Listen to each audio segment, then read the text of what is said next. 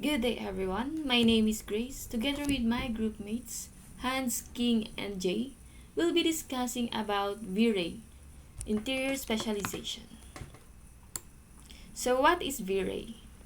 V-Ray is a professional rendering engine used to create highly realistic images and animations from 3D models.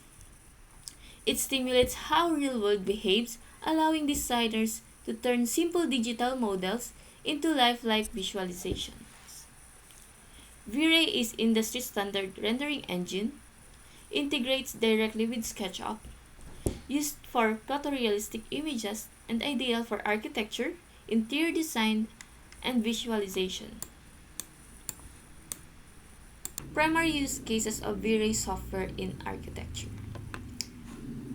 First is photorealistic visualizations, creating high quality, lifelike still images of building exteriors and interiors for presentations, marketing materials, and project approvals. Second is the design communication and feedback, providing clear detailed visuals to clients and collaborators, allowing them to better understand the design, suggest changes early in the process, and provide informed feedback before construction begins. Third is animations and walkthroughs, producing high quality video animations and fly-throughs to showcase how spaces will look in the motion and how light changes throughout the day. Fourth is virtual reality experiences, exporting 360 degrees panoramic images or live scenes using tools like Chaos Vantage or V-Ray Visions that clients can explore with VR headsets for an immersive experience of the unbuilt space. Fifth is material and lighting studies, accurately stimulating how different materials, textures, and lighting conditions, both natural and artificial, will appear in the final built environment.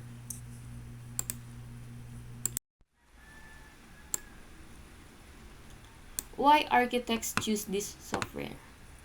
Its industry standard, seamlessly integration, physically accurate results, speed and efficiency, and extensive resources. Key advantages over alternatives: unmatched photorealism, granular control and flexibility, superior handling of complex scenes, vast integrated asset library, and lastly, versatile workflow support. For the minimum specifications, for the processor, Intel 64, AMD 64 are compatible with SSE 4.2 support. For the RAM, 8 GB. For operating system, Windows 10, Windows 11, or macOS 10.15 Catalina or newer. For the storage, 2 GB hard disk space. Additional content requires more. And for the graphics card, NVIDIA Maxwell generation or newer, required for revision. For the recommended specifications, for processor, modern Intel or AMD processor with AVX2 support. For the RAM, 16 GB or more, or with 64 GB plus, being ideal for complex scenes. Operating system, Windows 10, Windows 11, or macOS 10.15 Catalina or newer. And for the storage, 500 GB plus NVIDIA M.2 SSD for OS and programs. And for the graphics card, NVIDIA Maxwell generation or newer card for the latest drivers. I'll be giving a short but focused deep dive on the technical side of V-Ray, specifically materials, lighting, essential settings, and some optimization tips for interior rendering. Let's begin with materials. In interior rendering, materials need to react realistically to light, and V-Ray handles this using three components. One is color, second is reflection, and third is roughness. Color is your base texture. This is where your place maps like wood, grains, tiles, or fabric. Reflection determines how shiny a surface is, from matte paint to polished ceramic. and roughness controls how sharp or blurry reflections appear.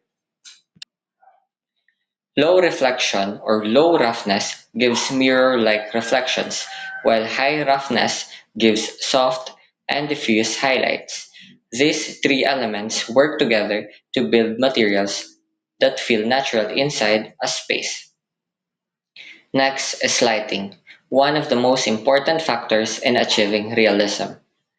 In the natural light controls V-Ray's sun and sky system, syncs directly with SketchUp's date, time, and location. This produces accurate shadow angles and natural color temperature, especially useful for interiors with windows. On the right, we have artificial light parameters. These include spotlights, rectangles, sphere lights, and IES profiles. Here, you control intensity, color temperature, shape, and spread, allowing you to set the mood of a room, whether warm and cozy or sleek and modern. Below are just examples showing how different lighting setups completely change the atmosphere of the same interior. Now, let's move on into the V-Ray settings panel.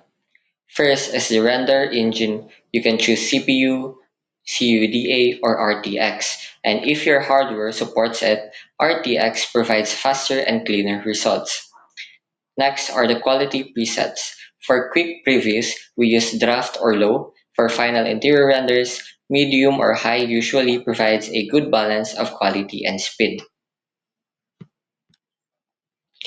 Camera settings also matter. Exposure value adjusts brightness, white balance correct color temperature, and ISO or shutter speed help maintain consistent lighting across scenes.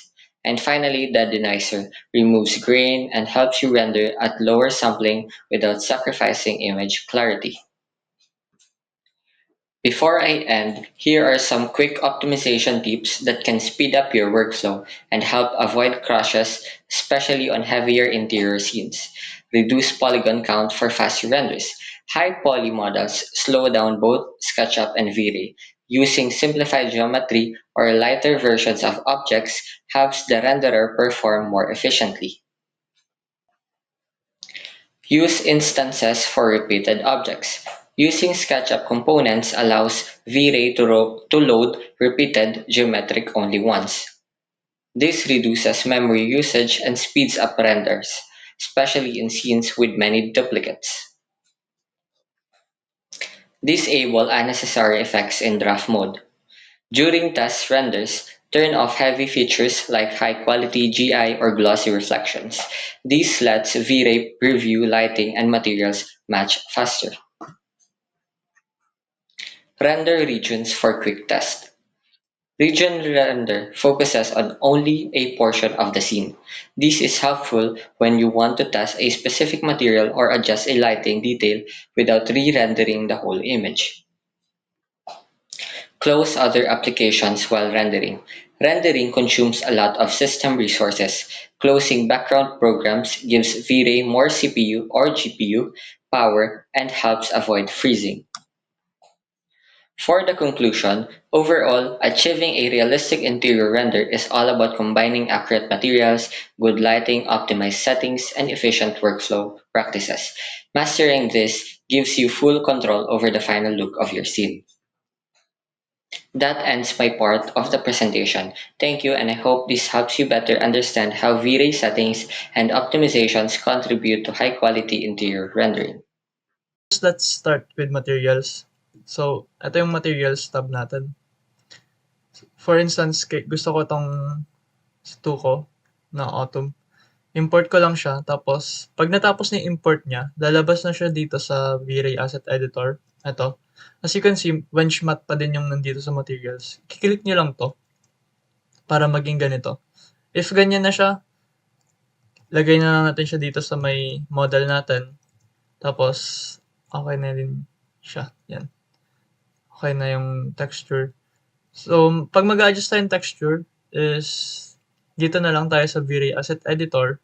Tapos, eto, reflection, refraction, bump, tapos, yan, coat opacity.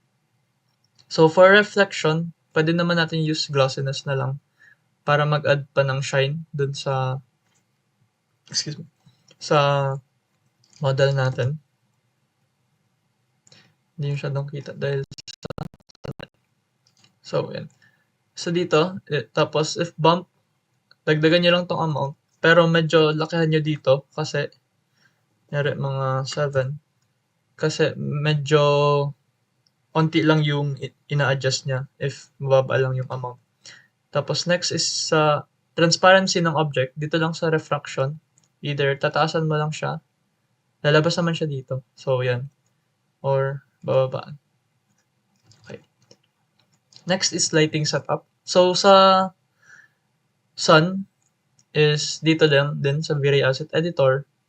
Ayan, may custom orientation naman. Tapos, i-override nyo lang siya para maging white yung sunlight. Tapos, dadagdagan nyo lang intensity. And, if gusto nyong yung shadow, medyo smooth yung shadow.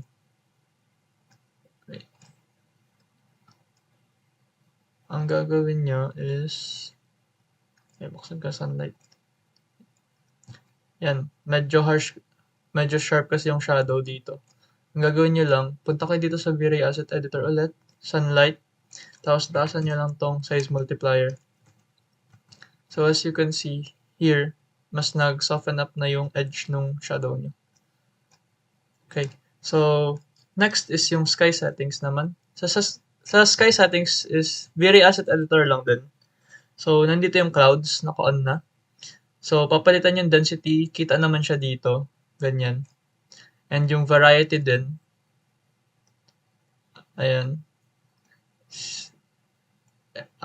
Yung sa sky settings, basta dito niya siya makikita. Pati offset, dito din. Yan. Next is yung HDRI. So, sa HDRI, punta lang kayo dito sa may mga yellow na icons. Click nyo tong dome light. Kahit saan siya nakalagay, okay lang. Basta lumabas siya dito sa V-Ray Asset Editor. Para makita nyo yung HDRI nyo, is punta kayo dito sa texture slot sa color texture. Tapos, hanapin nyo yung file by clicking this folder button. Ayan. So, naka-ready na kasi sa akin. Ayan. Tapos, hindi nyo siya makikita una dito sa V-Ray frame buffer kasi ganyan lang siya. Medyo dark siya. Gagawin nyo is tataasan nyo yung intensity. So, pinalitan kong 5. Medyo nag-lighten up na siya. Medyo tataas-taasan nyo lang din ng konti yung dome light. Next is yung mga artificial lightings. Ang artificial lightings, dito lang yan sa makikita din sa toolbar. So, yan. Point and click lang din siya dito. Tapos, make sure na hindi naka-embed yung itong light nyo dito sa texture kasi hindi yan gagana. So, para mag-adjust ng light, makikita nyo lang ulit siya dito. Sa V-Ray Asset Editor, click nyo lang tong light bulb na to para sa light lang kayo. Tapos makikita nyo siya dito yung intensity niya dun sa room. Ganyan. Tapos if gusto nyong fill light lang to, pwede nyo siyang gawing invisible para hindi makita pag nagre-render kayo. So, ayan. So, tapos change ng colors, click nyo lang tong rectangle na white. Tapos, pwede nyo change. Mag-change din dito kung ano yung kulay niya. So, next is yung camera placement strategies. So, lipat tayo dito. So, dito is para siyang Enscape na nakasync din. May nakasync, ay hindi. Lagi siyang nakasync pala. I mean, yung camera mo sa V-Ray tapos dito sa SketchUp. So, kayo nang bahala sa camera placement. Tapos, to change the FOV, click nyo lang tong magnifying button dito sa toolbar. Tapos, change nyo lang. 15, ganyan. Anything. Nasaan yung first? Saan na ako? Nawala na ako. Yan. Okay na. So, yan. Next naman is yung Depth of field, sa depth of field naman, V-Ray Asset Editor lang din. Tapos, open nyo lang to dito sa may settings, open nyo tong depth of field sa may camera. Tapos, pwede kayo magpili ng point or yung automatic na yung V-Ray pipili sa inyo. Pero mas maganda if kayo pumili dahil minsan nagloloko. Hindi siya nag-focus. So, ayan.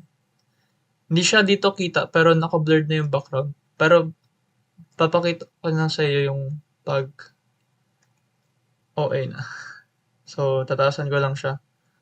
Mga 0.8. Makikita nyo siya dito. Ayan, nag-blurred na yung background. Tapos, next is yung exposure. Ito lang din exposure. Quality settings naman, ito. Naka-low yung kanina dahil di pa naman final render. Pero pwede nyo palitan to sa high para sa final render nyo. Tapos, ang settings lang naman is, ito lang naman. Automatic kasi siyang nag-a-adjust yung settings. Mas makikita nyo dito. So, ayan.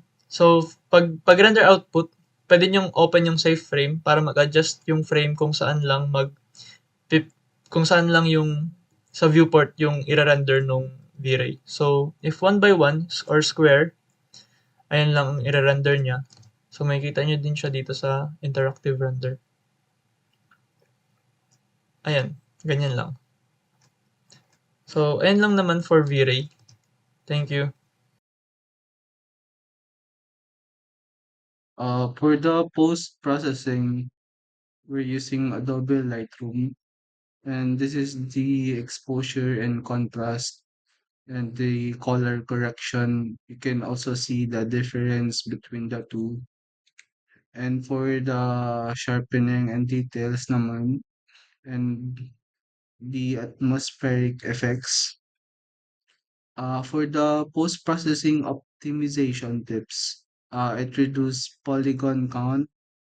For polygon count, optimizing geometry speeds up V-Ray rendering, allowing more time and smoother performance when adjusting exposure, color, balance, and effects in the VFB. And for the next one is disabled unnecessary effects in drop mode.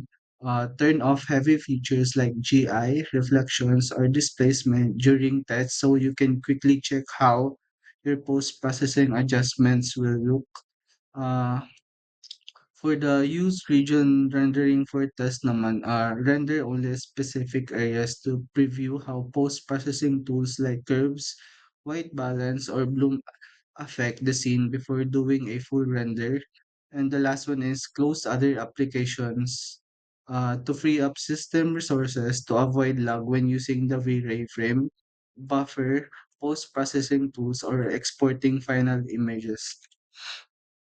And for V-Ray SketchUp naman, these are the resources and recommendations. The first one is assets libraries. Free lang siya. The first one is Chaos Cosmos, HDRIs, materials, plant furnitures, vehicles, people, and decals. And for SketchUp, 3D warehouse, free models, optimized before rendering. Tapos the last one is Polyhaven, HD textures, HDRIs, and models.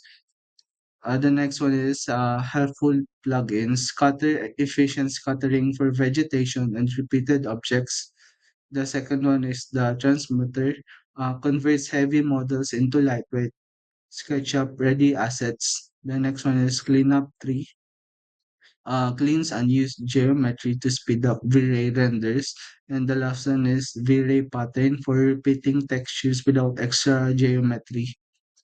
And the next one is community learning resources, Chaos Forums official community for question, troubleshooting, and tips. Chaos Learn V-Ray Hub, official tutorials for all V-Ray features. The next one is YouTube channels, SketchUp, School Architecture, Inspiration, V-Ray, Archivist, and the last one is the Domestika courses, differ V-Ray training for beginners to advanced users. These are the common problems and solutions also in V-Ray. The common problem is slow rendering. lower render quality in the V-Ray assets editor and reduce the image with height in the render output settings. The second one is the grainy output. Enable the dissonizer in the V-Ray asset editor and render using render with V-Ray instead of progressive mode. The third one is the crashes. The file may be too heavy. Hide off frame objects. Use proxies to reduce modal load and only unhide elements when needed. Tapos for the unrealistic materials naman, use high quality materials from Chaos Cosmos or import PBR-based materials, then fine-tune them in the material settings. For the last one is the poor lighting. For the poor lighting, add artificial light in dark areas and adjust light intensity through the V-Ray asset editor.